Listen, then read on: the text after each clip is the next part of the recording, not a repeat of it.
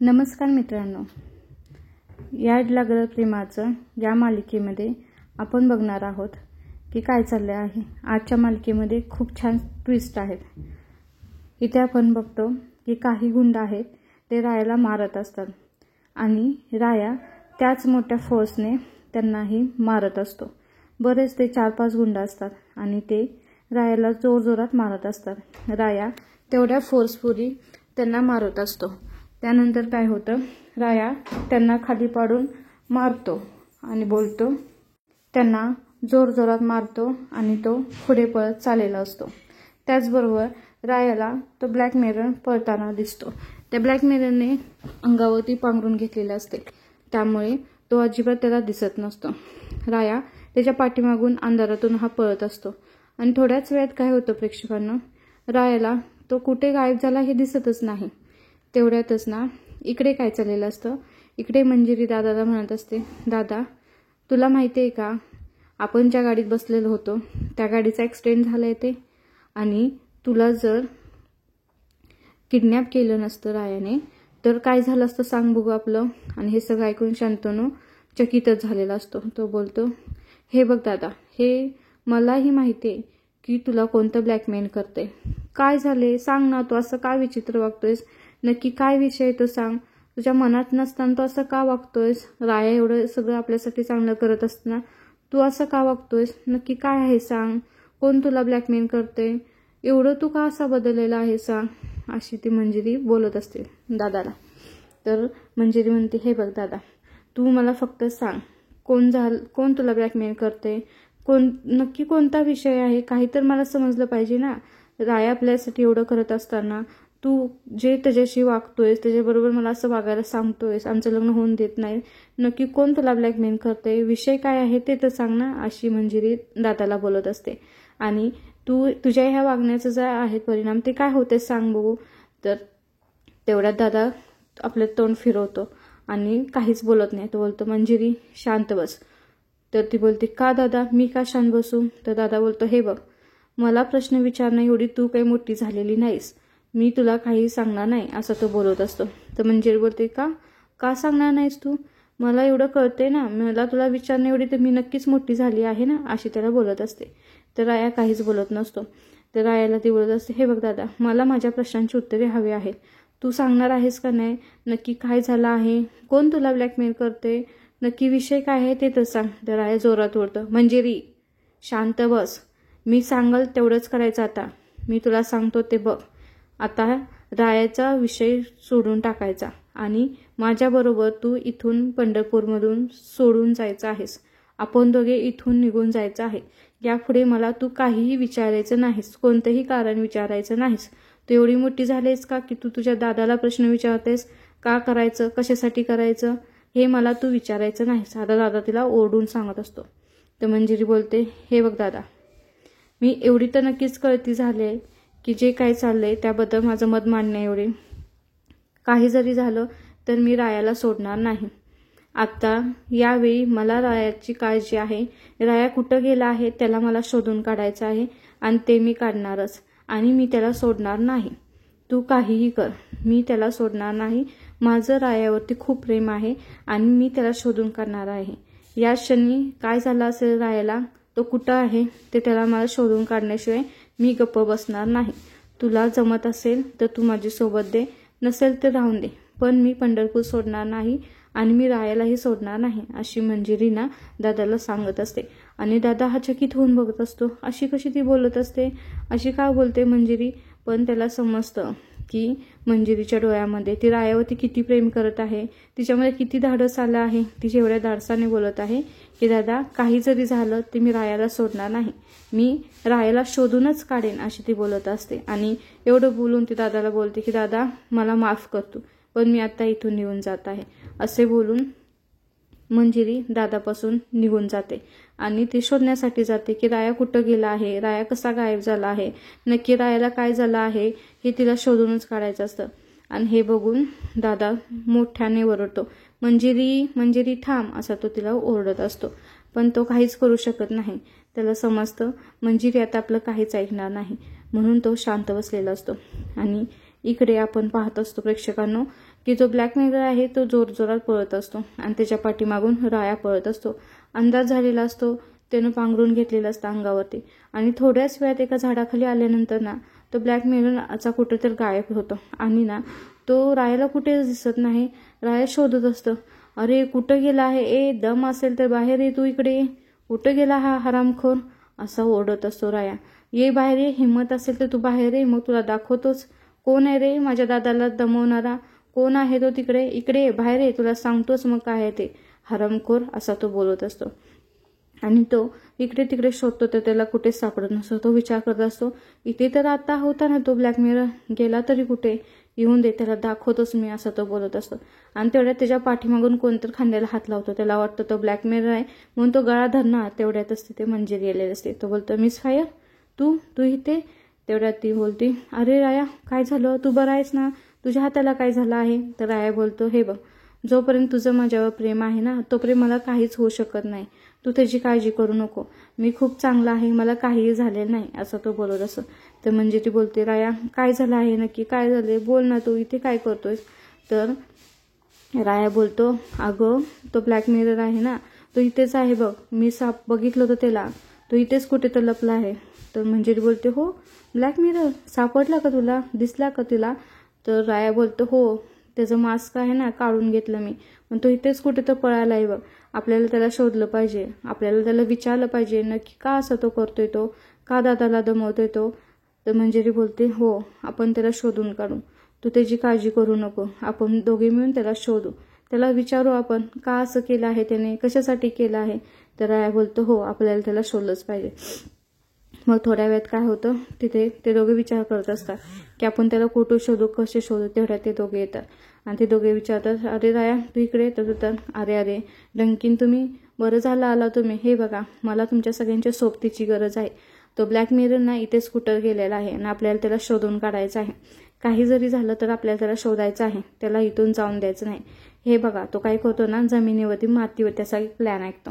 तो बोलतो, हे बघा असा हा गोल आहे, त्याच्यामध्ये ना इकडून जायला येण्यासाठी फक्त 2च वाटा आहेत, एक यायची वाट आणि एक जायची वाट, आणि ह्या ठिकाणी ना एक घर आहे आणि मला तर पूर्ण खात्री आहे तो ह्या घरामध्येच असणार.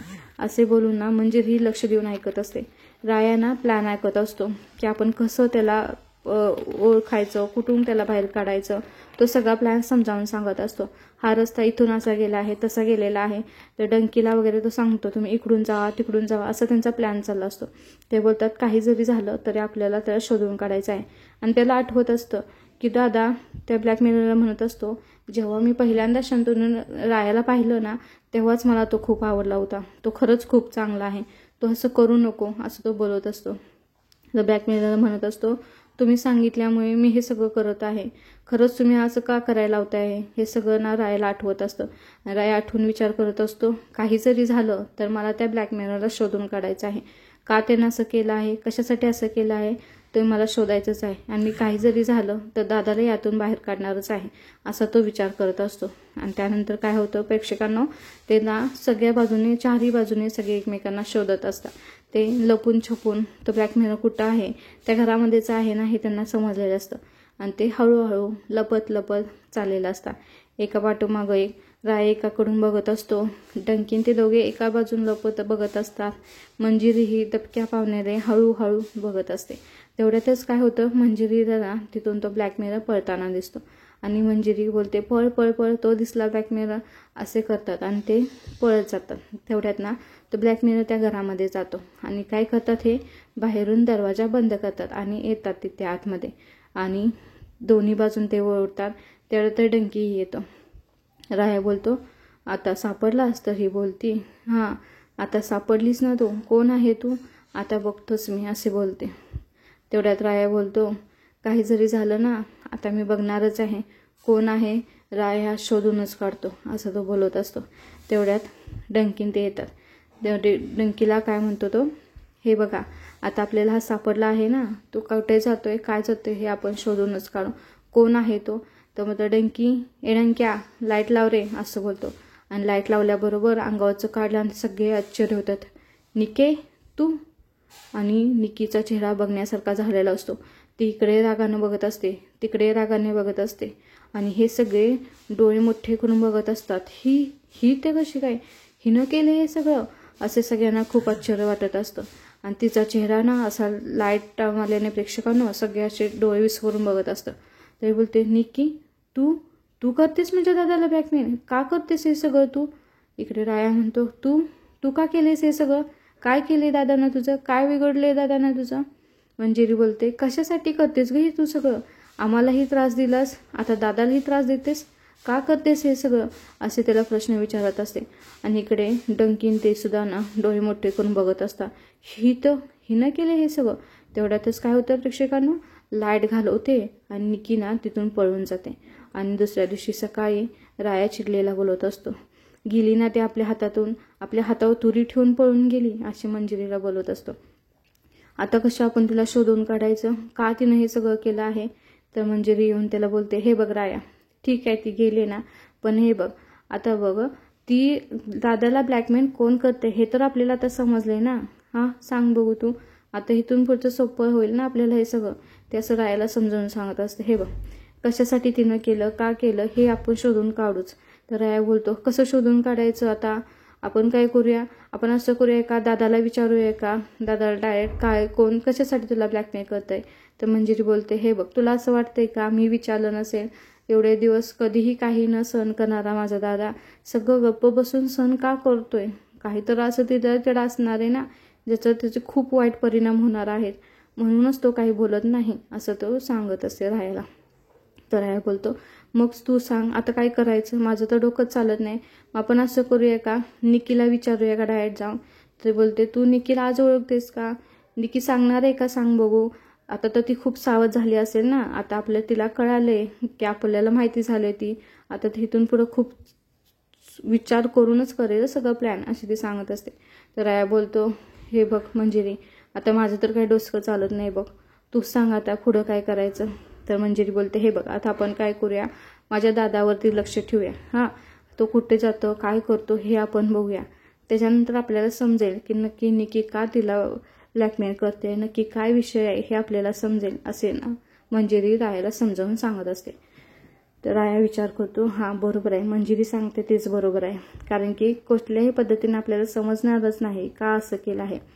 तर राया बोलतो, ठीक आहे तुझा हा प्लॅन मला पटला आहे, तू म्हणते तसंच करू आपण. तर मंजिरी बोलते, हां मी सांगते ना तसंच करू, आपण काय करू, दादाच्या पाठीमागे लागू, दादाच्या लक्ष ठेवू, त्यामुळे आपल्याला समजेल. तर राया बोलतो, बरं ठीक आहे, हो बघ तू म्हणतेस ना तसंच आपण करायचं, हं आपण काय करू, दादा कुठे जातोय काय करतोय ह्यावरती आपण लक्ष ठेवू, त्यामुळे आपल्याला समजेल की निक्की का त्याला ब्लॅकमेल करते, कशासाठी करते, तो असा का वागतोय, त्याच्यामागचं कारण तर काय आहे, नक्की कोणता हा विषय आहे ज्यामुळे त्याला एवढा त्रास होतोय, तो एवढा गप्प बसणारा दादा हा असा का करत आहे, हे सगळं आपल्याला नक्की समजेल. हा असा गहन विषय ना प्रेक्षकांना त्यांच्यामध्ये चाललेला असतो. आणि मंजिरीचा प्लॅन ना खरं सुपर होईल ना प्रेक्षकांना. काय होणार आहे, काही जरी झालं ना तर निक्की काही सांगणार नाही, आणि दादा एवढे दिवस गप्प बसले, दादा सांगू शकतो का, सांगा नाहीच ना. त्यामुळे शेवटी ना मंजिरी जी बोलते त्या पद्धतीनेच होणार असतात गोष्टी, असं ना रायालाही वाटतं. आणि राया म्हणतो, ठीक आहे चल तू म्हणतेस ना तसंच करू, आपण कशासाठी हे चाललं आहे हे नक्की आपण शोधून काढू. आणि तेवढ्याच प्रेक्षकांना काय होतं माहिती आहे का, रायाचा फोन असतो, राया फोन उचलतो, राया बोलतो, हॅलो सिस्टर, हां असं जोरात होत, काय कसं, आलोच मी आलो, असं बोलत ना तो फास्ट तिथून पळ जातो. मंजिरी पाठीमागून हाक मारत असते, राया अरे काय झालं रे, काय झालं ते तर सांग ना. तेवढ्यातच राया हॉस्पिटलमध्ये येतो. हॉस्पिटलमध्ये आल्यानंतर तर सिस्टरला म्हणतो, काय झाले सिस्टर, कुठं आहे माझी आई कुठं आहे माझी, असं ओरडत असतं. तर सिस्टर ना खूप भिलेली असते आणि ती रडत असते, ती बोलत असते, दादा आई अशीच बोलत असते. तेवढ्यात राया ओरडतो, काय माझी आई कुठं आहे, आई कुठे आहे माझी, काय बोलणार होता तुम्ही, असा बोलत असतो. तर सिस्टर म्हणते, अहो मला ना एक फोन आलेला आणि तो फोनवरती बोलण्यासाठी ना माझा आवाज ब्रेक होत होता, म्हणून मी थोडीशी बाहेर आले. तर हे सगळं ना मंजिरी ऐकत असते. मंजिरी बोलत असते, काय असून दे, शांत होऊन सांगा. तर ती बोलते, रडत असते, ती खूप भिलेली असते. ती बोलते, मला एक कॉल आलेला आणि तो कॉल रिसीव्ह करण्यासाठी ना मी तिथं बाहेर आले होते, आणि ना माझ्या फोनमध्ये काहीच आवाज होत नव्हता, ब्रेक होत होता, म्हणून मी खिडकीतून बघत होते. आणि तेवढ्यातच ना राया दादा तुझी आई ना कॉटवरती उठून ना उतरून गेलेली, आणि ती ना तिथून चालत गेली, हे माझ्या लक्षातच आलं नाही. तर राया त्या सिस्टरला खूप ओरडतो, हे कशाला तुम्हाला इथं ठेवलेलं आहे, माझ्या आईवर लक्ष ठेवण्यासाठी ठेवलेलं आहे ना, समजत नाही का तुम्हाला, आता मी काय करायचं, कुठं शोधायचं माझ्या आईला, काय करणार सांगा, ही तुमची जबाबदारी होती ना, असा राया ना त्या सिस्टरला खूप जोरजोरात ओरडत असतो.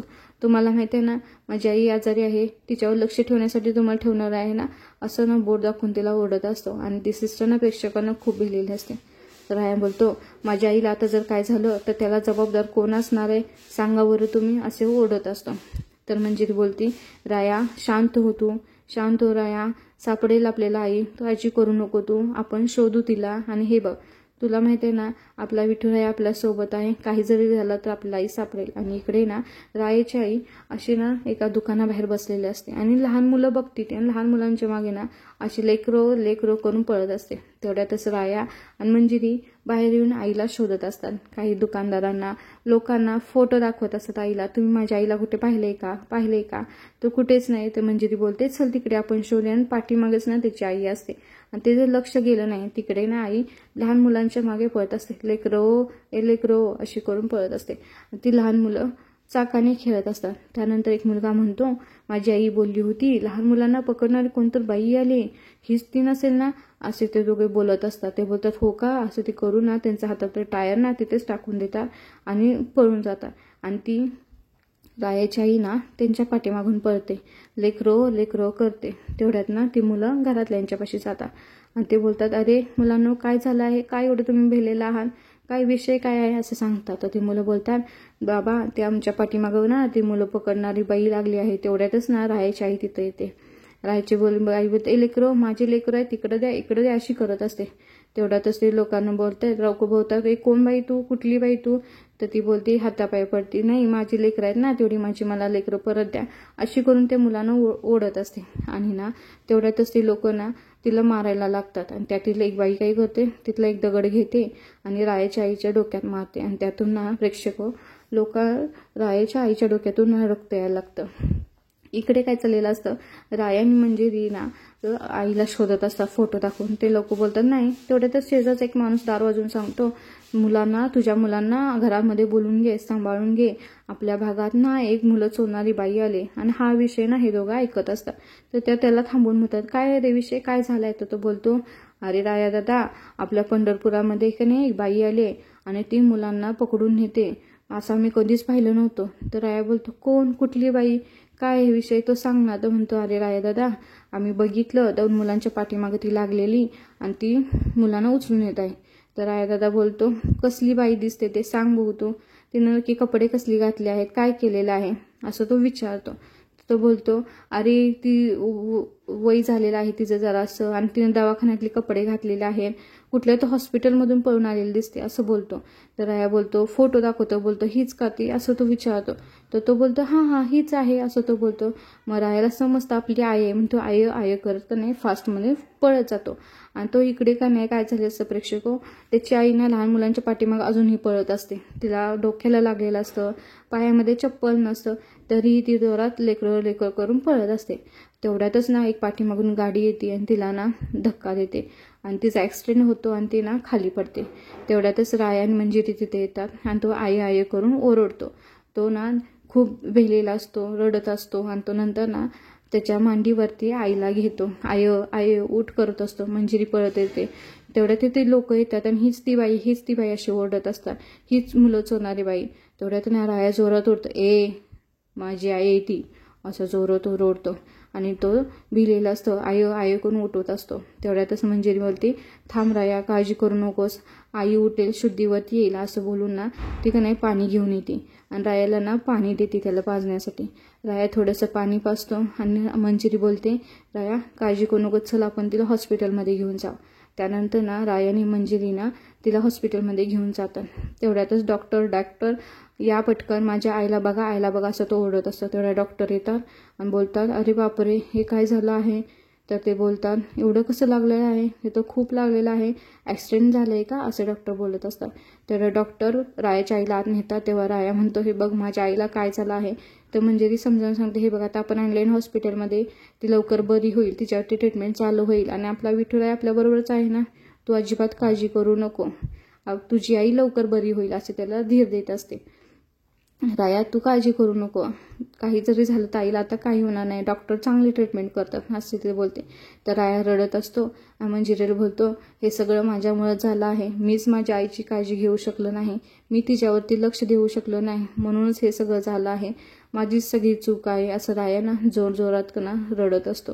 आणि मंजिरी त्याला समजवत असते, राया काळजी करू नको, आई लवकर बरी होईल. तेवढ्यातच ना डॉक्टर बाहेर येते आणि डॉक्टर बोलते काळजी करू नका, आई तुमची आता स्टेबल आहे. तर राया बोलतो काय झाले डॉक्टर, तुमचा चेहरा का पडला आहे. तर डॉक्टर बोलते काही नाही, आम्ही तुझ्या आईला डायग्नोसिस केलं आहे आणि त्यामध्ये समजलं आहे की तुझ्या आईला असा खूप दुर्मिळ आजार झाला आहे. आणि प्रेक्षक हा एपिसोड